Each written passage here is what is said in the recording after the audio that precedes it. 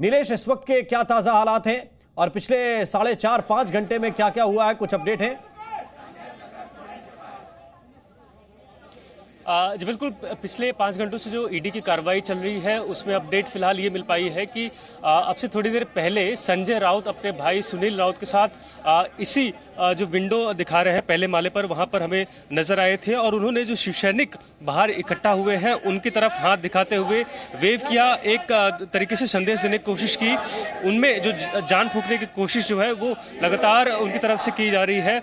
अंदर रहते हुए जो उनसे पूछताछ की जा रही है उससे परेशान होते हुए जब वो यहाँ विंडो पर नजर आए तब जो शिवसैनिक है वो भी जोश में आए और संजय राउत ने भी उन्हें हाथ दिखाकर अपना अभिवादन दिया कि आप मेरे सहयोग में यहाँ पर इकट्ठा हुए हैं, उसके लिए बहुत शुक्रिया। तो वहीं जो शिवसैनिक है जो घर के बाहर लगातार ईडी की जैसे ही खबर मिली कि रेड जो है वो यहाँ पर पड़ी है, उसके बाद से ही जो शिवसैनिक है वो भी यहाँ इकट्ठा हुए, पुलिसकर्मी जो है वो यहाँ पर तैनात है। लगातार जो नारेबाजी है वो लगातार शिवसैनिकों की तरफ से की जा रही है। आप देख पाएंगे भारी संख्या में जो शिवसैनिक है वो घर के बाहर डटे हुए हैं और यहाँ से उठने के लिए वो तैयार नहीं। उनका साफ कहना है कि जो ईडी की कार्रवाई है, बदले की कार्रवाई है, बेसबूत कार्रवाई हो रही है। हालांकि जी बिल्कुल, मैं आपके पास वापस लौट के आऊंगा, अंकुर और वैदेही के पास भी चलेंगे, लेकिन उससे पहले राम कदम जी, ये जो कार्रवाई हो रही है क्या टारगेट कर लिया गया? क्योंकि शिवसेना के कार्यकर्ता, उनके नेता यही कह रहे हैं कि टारगेटेड आप लोगों ने संजय राउत को टारगेट कर लिया और इसके बाद उन्हें परेशान किया जा रहा है। देखिए, कोई टारगेट की लड़ाई नहीं है, ये न्याय अन्याय की लड़ाई है, ये भ्रष्टाचार के विरोध की लड़ाई है। जब पुख्ता कागजात के आधार पर केंद्र की जांच एजेंसी कार्रवाई करती है तो शिवसेना नेताओं की ओर से दलील आती है कि यह राजनीतिक बदले के भाव से कार्रवाई हो रही है। पूरी तरह से मैं पुनः एक बार कहूंगा कि सूरज की रोशनी की आवश्यकता नहीं है।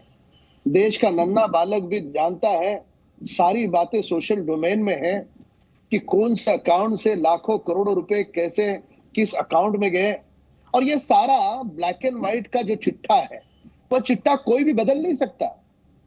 यानी जिस चिट्ठे को परमात्मा भी नहीं बदल सकता, ऐसा ब्लैक एंड व्हाइट का अकाउंट का चिट्ठा, भ्रष्टाचार का चिट्ठा जब लोगों के सामने आता है, उसके पश्चात यदि उसे जोड़ा जाए कि ये राजनीति है, सियासत है, तो क्या चाहते हैं शिवसेना के नेता? यानी उन्हें भ्रष्टाचार करने की पूरी आजादी है। क्या चाहते हैं शिवसेना के नेता किशोर तिवारी जी? राम कदम जी ऐसी बात कर रहे हैं कि ये बहुत पाक साफ है और सब कुछ पाक साफ है बीजेपी में, लेकिन मुझे बोलना है कि हमारा जो प्रमुख आरोप है राममोहन की, ये सिलेक्टिव कार्रवाई होती है। अभी देखिए ना, जिन पर पहले फोकस था इनका जी, यशवंत यादव थे हमारे, या फिर प्रताप सरनाइक थे, तो इन पर हजारों करोड़ के भ्रष्टाचार के आरोप थे और इनके ऊपर समन्स हो गए, सब हो गए। लेकिन जैसे ही ये इन्होंने पाला बदला, इन पे की कार्रवाई पाक साफ हो गई। कल हमारे मित्र अर्जुन खोतकर ने भी बोला कि ये ईडी के से मेरा परिवार बहुत परेशान है, इसलिए मैं बीजेपी के वाले गुट में जा रहा हूं। तो मुझे ये भी बताना है कि मतलब ये आप कह रहे हैं कि ईडी बीजेपी से पूछकर कार्रवाई करती है, मोटा मोटा आरोप यही है।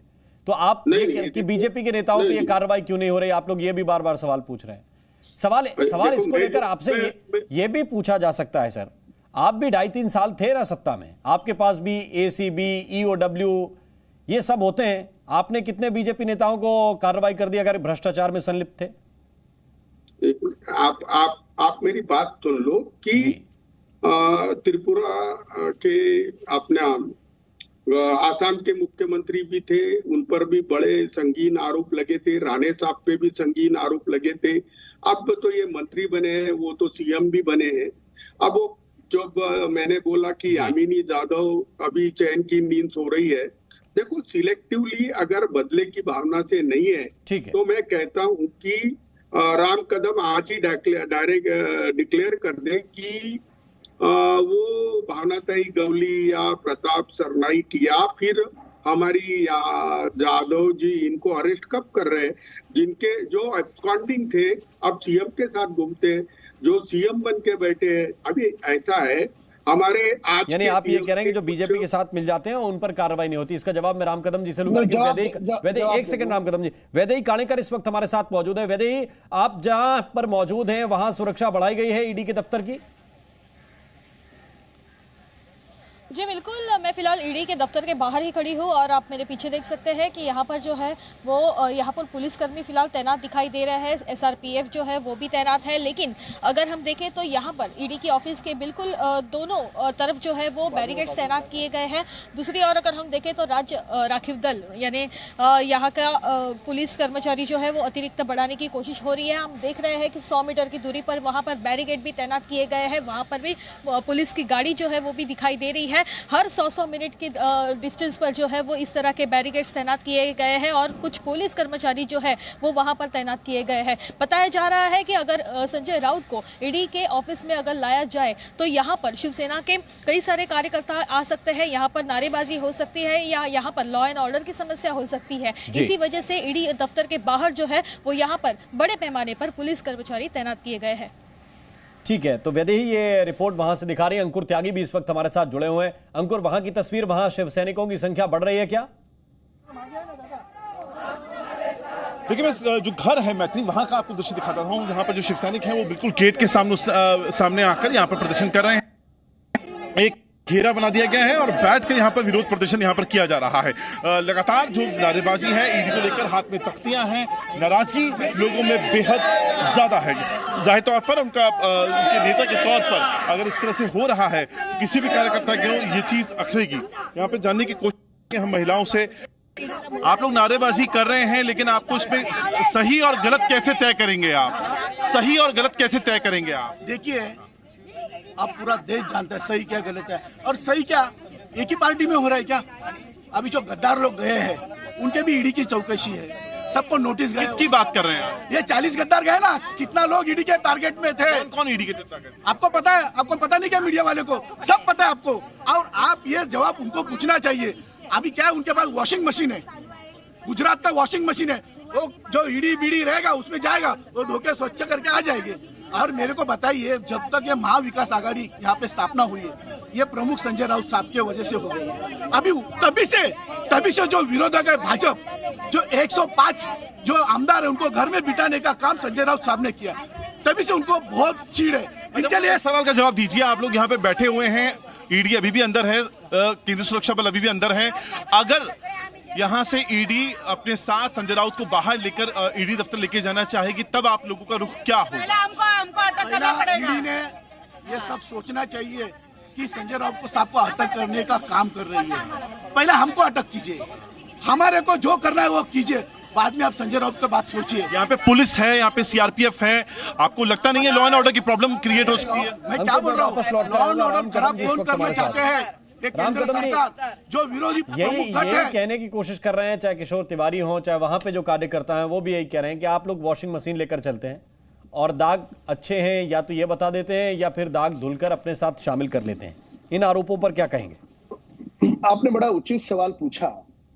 मैं सारे देश की जनता ये मंथन सुन रही है।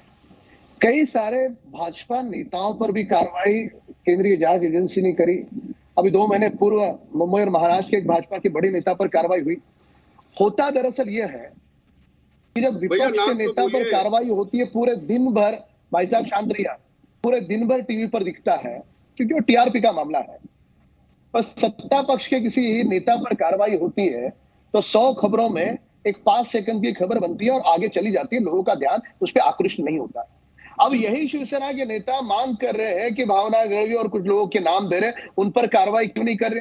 अब इनका दोगलापन और गिरगिट का रंग देखिए कैसे बदल रहा है।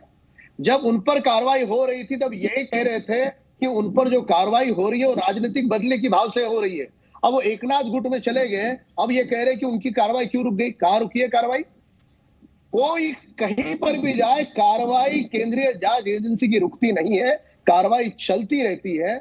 पर शिवसेना के हालात इस प्रकार से है कि यदि उनका भ्रष्टाचार जब देश के सामने आता है तब वो इस प्रकार की दलील लेकर के सामने आते हैं। नाम तो आपके अखबार का सामना है, क्यों नहीं ईडी के सवालों का सामना करते?